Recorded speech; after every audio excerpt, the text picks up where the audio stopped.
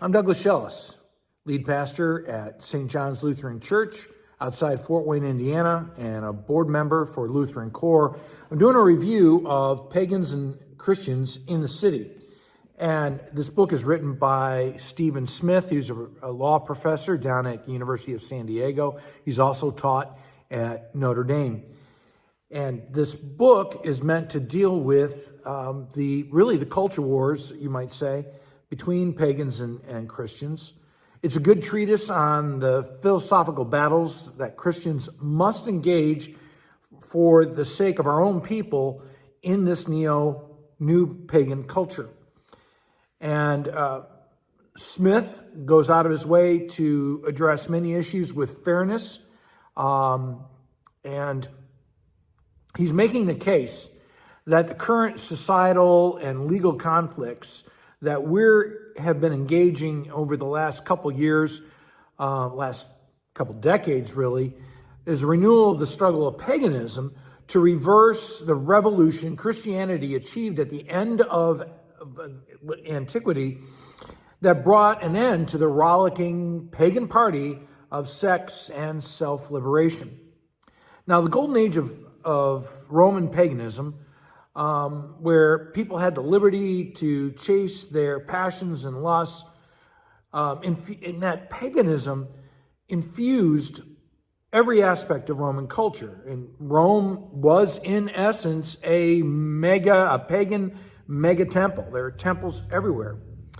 And this pagan religiosity, this immanent religiosity that saw the sacred in all aspects of life and people and nature, was the basic overview of Roman pagans. And the Roman Empire pagans saw Christianity as a threat to their order because of Christianity's subversive moral code. And so in persecuting Christians, Romans would release them if they'd simply get back in line by acknowledging the pagan pantheon. Now, when Christians did not comply, they represented a profoundly subversive force because they insulted the gods, but even more, they defied the state.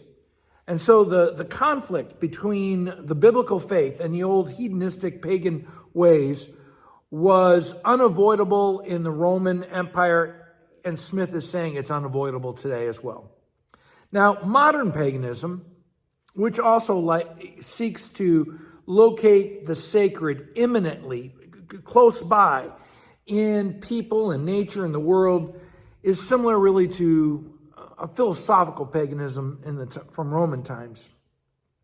Essentially, everyone is their own little subjective God, where rather than looking to a transcendent God, they look to themselves for a self-transformative, self-centered human fulfillment.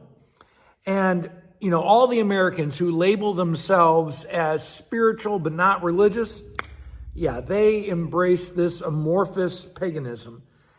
And what's interesting is while they believe that life is sacred, but have no understanding of how that is, and at the same time, they don't want to be encumbered by anything beyond their own self-interest. And it's as Martin Luther said, all people are religious. All people have a God. The question is what God do they worship? To what are they devoting their lives, right? What thing are they devoting their lives to? Now, what's interesting is that even modern pagan philosophers are doubtful about modern paganism. They don't think it can create genuine community because of the individualistic nature of modern paganism and of our culture. After all, the whole thing is about your own self-fulfillment. One of the things that they say, these modern philosophers, is they claim that paganism makes no promises and makes no demands, but actually it does demand uncertainty and chaos, especially since there are no ultimate basis of truth and everything is sort of up in the air, up for grabs and subjective. With no transcendent foundation, with no foundation beyond human beings, paganism really is not able to affirm definitively the beauty of anything or the meaning for our existence. Everything's subjective. And what's interesting is, though modern pagans say that life is sacrosanct and inviolable, there's no grounding or logic for these faith claims. Everything's up in the air. Now, when the hard press of life comes, they are often left with just wishful thinking, right? And as one pagan philosopher recognizes, that modern paganism provides, get this, a foundation of unyielding despair. And so basically, to be a pagan is, in this guy's mind, is to embrace the suck. And in order to build a real life of just, gray-colored glasses, I guess. It's just as Ecclesiastes says, all of life is vanity and futile, but we know that Ecclesiastes tells us that the true answer is found in God. Now, when Christianity, as a transcendent religion that looks to the Lord beyond life itself here as the source of inspiration and ethical guidance, whereas paganism looks inward. And this inner world is the nebulous source of their moral authority. And when progressive Christians abandon Scripture to look for some inner source, they're basically going after the God Pan, within for guidance. And if the goal of morality is nothing more than the satisfaction of lofty goals with no grounding beyond, as paganism is, why should anyone ever care about the good of others except in self-serving quid pro quo ways, writes Smith? And I think that's a good question. Modern paganism provides no real solid foundation for ethics beyond what people think or feel. And so what's funny is that the pagans want to get rid of Christianity within our society, but it's the very Christianity that gives them the foundation for so much of what they value. The equal value of people, charity for the poor, the truth of the law, even reparations for slavery. I mean, that's a biblical concept. Now, the author recognizes how modern, subjective, immanent, pagan religion struggles to establish a reason and meaning for life beyond just the day-to-day, right? And it's amazing how overeducated, overpaid elites think there's no eternal purpose in their comfortable life when they have so much. And so even though they strive to be good without God, modern pagans, in their self-serving, virtue signaling, we're doing good, works righteousness, is all an effort to make themselves feel good about themselves. And what's interesting is that the modern philosophers believe that it all comes down to this sort of pagan city where they all come together, and that this pagan city can impart immanent sacredness to its citizens, but there's no real explanation within the book of how that happens. And one of the things that Smith touches on that we're very well aware of is that with the spread of this whole religious, spiritual but not religious modern paganism, is that there has been an increase of loneliness in our society, right? And what's interesting is that where pagans accuse Christianity of being exclusive, of not including people. Christian theorists envision, theologians envision a community that's open to all people, but is exclusive to the baptized, to those who are followers of Christ. And so Christians are actively encouraged to be participating in the life of the community, in the community of faith, but also out in the world. and to be guided by their faith to be servants in their daily vocations, regardless, and to serve their neighbor regardless of creed. Now, in Roman times, part of the reason why Christianity really exploded over the course of really a very short period of time, 300 years, was that Christianity offered a profoundly different understanding of human life and destiny that gave it advantages over paganism. And these are things we need, he mentions in the book, and we should be understanding very clearly as Christian leaders. Rather than descending into the pit of death and despair, men and women had the promise of being resurrected to enjoy eternal life with God. And this is good news, especially for the suffering poor of this world. Secondly, the God of the Bible is a personal God who passionately cares about the individual, is devoted to human beings, so much so that God comes in the flesh, in the flesh of Jesus Christ, to sacrifice himself for the fate of people. And again, these same advantages are here for Christians today. Now, one of the things that Smith writes is that paganism is the natural condition of humankind, in which we as Christians would say, yeah, we agree with that we are bound to selfish sinfulness. And the New Testament writers were very much aware of paganistic passions and desires, and spoke about how believers, that new people who became believers were relieved of the enslavement, the chaos, and the damage of those passions and desires. And so in the Christian perspective, paganism is sin because it's living selfishly to satisfy your own self, your lustful desires of the flesh, and at the same time arrogantly boasting that you do not need or are not answerable to the Lord God, and so we see that not only are these behaviors, this lust and out of control desires, not only do they destroy human individuals and human community, they are the rebellion against God. And so one of the things that Smith brings up, and we should understand, is that, as Christians, as we advance an all-encompassing divine standard of truth and morality, this is viewed by pagans, and it's resented by pagans as an oppressive limitation on a person's liberty to think and do as they please. And, we understand that sinners always resent the morality that refrains them from doing whatever they want, following whatever they think is best. We always know that selfish self-interest and sin is alive and well from the time of Constantine, right? From the time of Paul, all the way to today.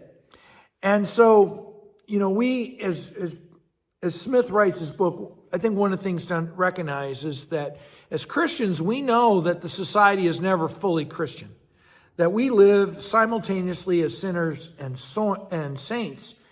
And so there are Christians who are living as pagans, and they're in that process of growing in their faith. One of the things that is a glaring short-sightedness, or I don't know, you might say just a failure of secularism and modern paganism, is that it lacks any serious examination of how selfishness plays into undermining human interactions and thus necessitating the law to protect people. Nor does modern paganism and secularism offer any serious explanation and answer for the problem of ever-present evil in our world. And so the real Achilles heel of secular paganism is that it offers no worthwhile explanation or hope to deal with human wickedness and the problem of evil. Now, much of the tension between Roman paganism and Christianity is the same thing that's going on today. It revolves around sexual mores. And the pagans disparage Christian sexual ethics as simply restrictive and repressive, and that they can't get their freak on. One of the things, Smith really doesn't address this well in the book, but where paganism doesn't understand sexual activity as a physical or psychological release, where subjective desire and self-fulfillment are the main focus. Smith doesn't really address this properly, and I think pagans don't understand it, that the Christian ethic of sexual relationships is not selfish, but self-giving. That it's the intimate expression where sexual activity serves as a relational vulnerability to enhance relational vulnerability and intimacy. And that we recognize that divorcing sex from procreation and marriage has not been life-affirming. I mean, think about this. Has the increasing promiscuity of women been a good thing for women, or has it been a good thing for men?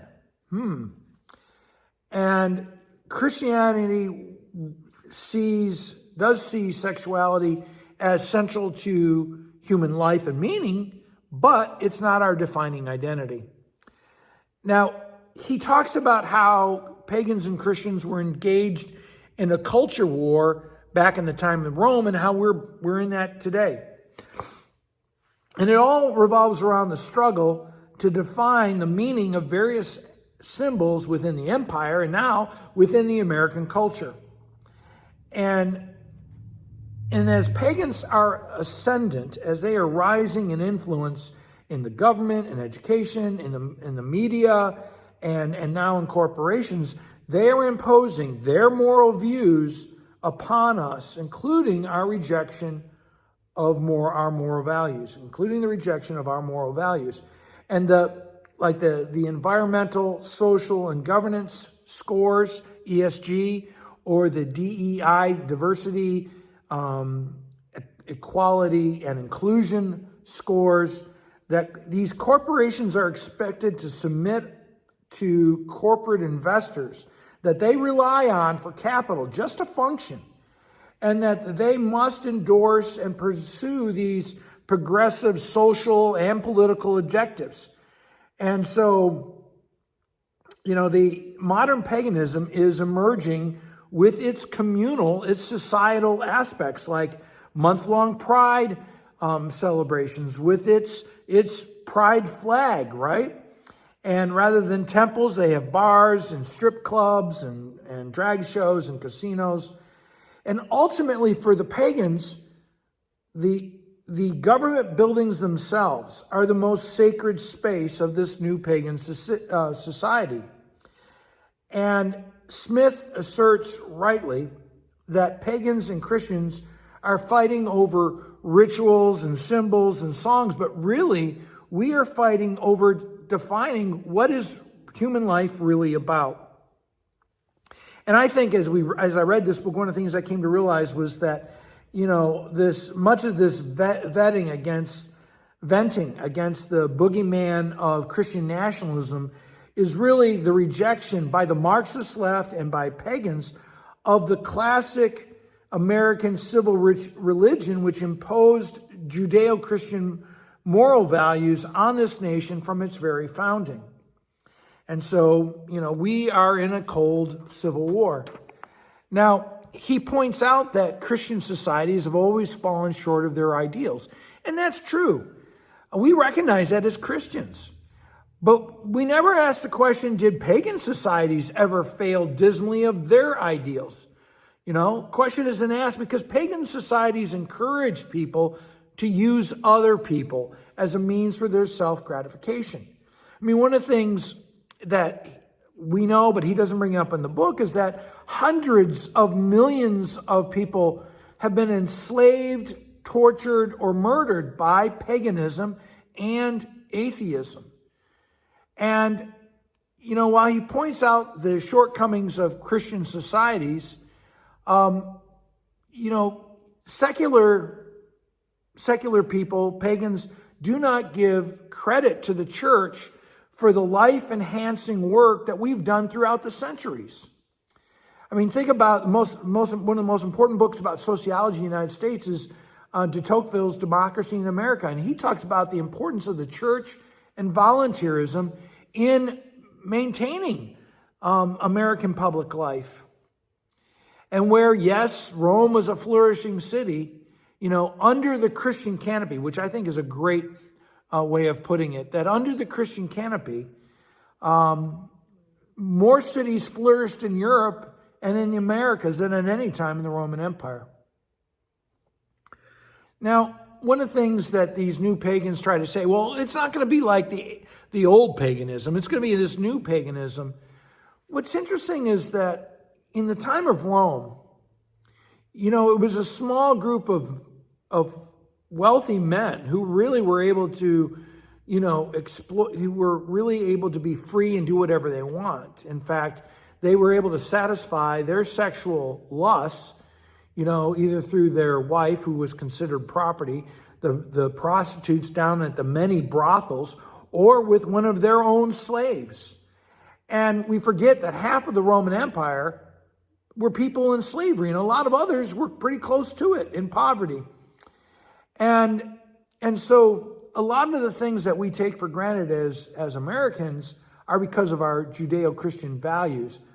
And those have the danger of going away. We agree with modern pagans that our current society lives out a freewheeling sexual moray, right? But what we don't agree with is whether this is a good thing for people. While advocating for a permissive pagan approach to sex, we never recognize the wreckage that our current sexual chaos and unmarried sex causes, the psychological damage, the unwanted children, the single parent impoverished households, the incarceration of fatherless criminals. And even though the evidence of psychological, relational, and exploitive damage from the internet explosion of pornography abounds, pagans considered it unreasonable to restrain pornography in any way. And what's interesting is while pagans accuse Christians of imposing their sexual mores on its citizens, that's exactly what the modern pagan state is doing. It is imposing pagan morals on unconsenting people of faith. And as pagans are in political ascendancy, they are willing to infringe upon religious conscience about sexuality in order to impose their pagan views on all citizens, regardless of their beliefs. Now, one of the things I don't think gets talked about enough, he doesn't bring it up in the book, but I think this whole delusion of having some sort of religious neutral space, like in our public schools or in the public square, is nonsense, because the very advocacy of not talking about religion is a religious perspective. And so one of the things that he brings up that actually is interesting is the whole idea of a secular government that was not infused with religion actually was a Christian idea, that the church needed to do its thing and the state needed to do its thing. And this is best explained by Martin Luther in the idea of the two realms and the two kingdoms, that God is at work both in the state and in the church, but in different ways. Smith writes that the Christian commitment to dual jurisdictions, to Caesar and to God, has been the bedrock of American governing principles from the very beginning. But these modern pagans are arguing is that this accommodation for religious belief, that Caesar is in one area and God is in another, they want to strip our government, our Constitution, of that notion. They are determined to capture the U.S. Constitution and to wrest it from a neutral, agnostic perspective to instead be read from a pagan viewpoint. And progressive pagans question the free exercise of religion, and they want it as a right to be minimized. Now, Smith speaks, and again, he's trying to convey the ideas of pagan philosophers. They speak optimistically about the city, but I want to remind you that the word for city in Greek is polis, from which we get the words politics. And, the pagan Rome did not require secular government because it saw itself as absolute, answerable to none. So when we talk about the city or the community, as he does in this book, really what you're talking about is the state. And when you have a pantheon of gods and no one God is greater than the other, finally there emerges somebody who is at the top of that heap. And it is the state, which becomes fully and exclusively sovereign. It becomes God. And therefore, the state is to be the center of life where citizens and subjects give their unqualified loyalty that would not be infringed upon by some faith that you have in a transcendent God. And much of the intellectual grist for this kind of notion comes from communitarian utopian ideals, also known as communism or Marxism. Now, with the rejection of a transcendent reality, if there isn't a God over the state, that means that your political rights are not sacrosanct, they are not inalienable, and rather, they are freedoms that the state decides to give you. And so the freedom of conscience is a gift from the state. We are not naturally endowed by the Creator if you have paganism. And therefore, you think about all these rights that we claim we are born with, they're only if the government gives them to us. Now, immanent religiosity of the modern pagans promises to consecrate this world, this life, and this city in a way that, according to the pagans, hasn't been possible since the Christian Revolution. But, the question has to be asked, what guides the state unrestrained by transcendent religion? I mean, if the state is unrestrained, and we can see a lot of this now in our federal government, power, control, wealth, and greed, it's certainly not going to be accountable to the citizens because the state is above everything. And so, we can imagine what this looks like in places like Beijing. Now, Smith raises the question from the start whether Christians will be persecuted simply for being Christian. And that question is asked at the beginning, and he gets to the end, and he says, the problem is that Christianity really is a subversive religion because Christians are not subjects and slaves of the state. Christians are the servants of God and the children of God, and their first allegiance, their primary allegiance is to God, which puts them at odds with a state that says it's sovereign over everything.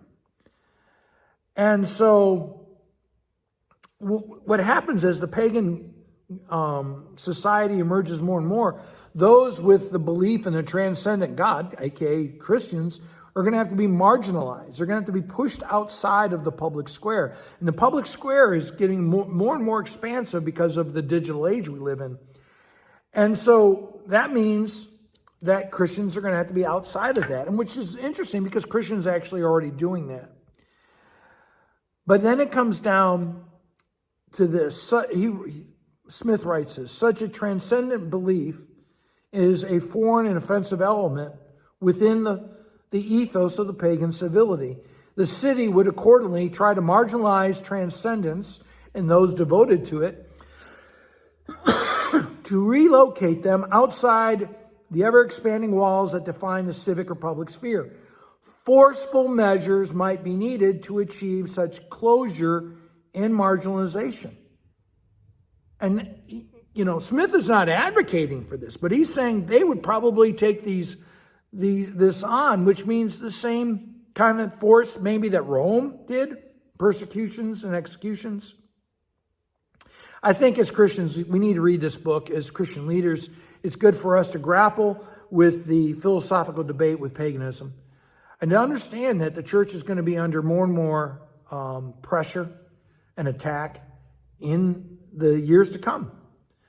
So, but we know that the way to deal with this is not fighting and trying to explain paganism. It's to get deeper in our faith with Jesus Christ. Well, thanks, friends. Have a blessed day.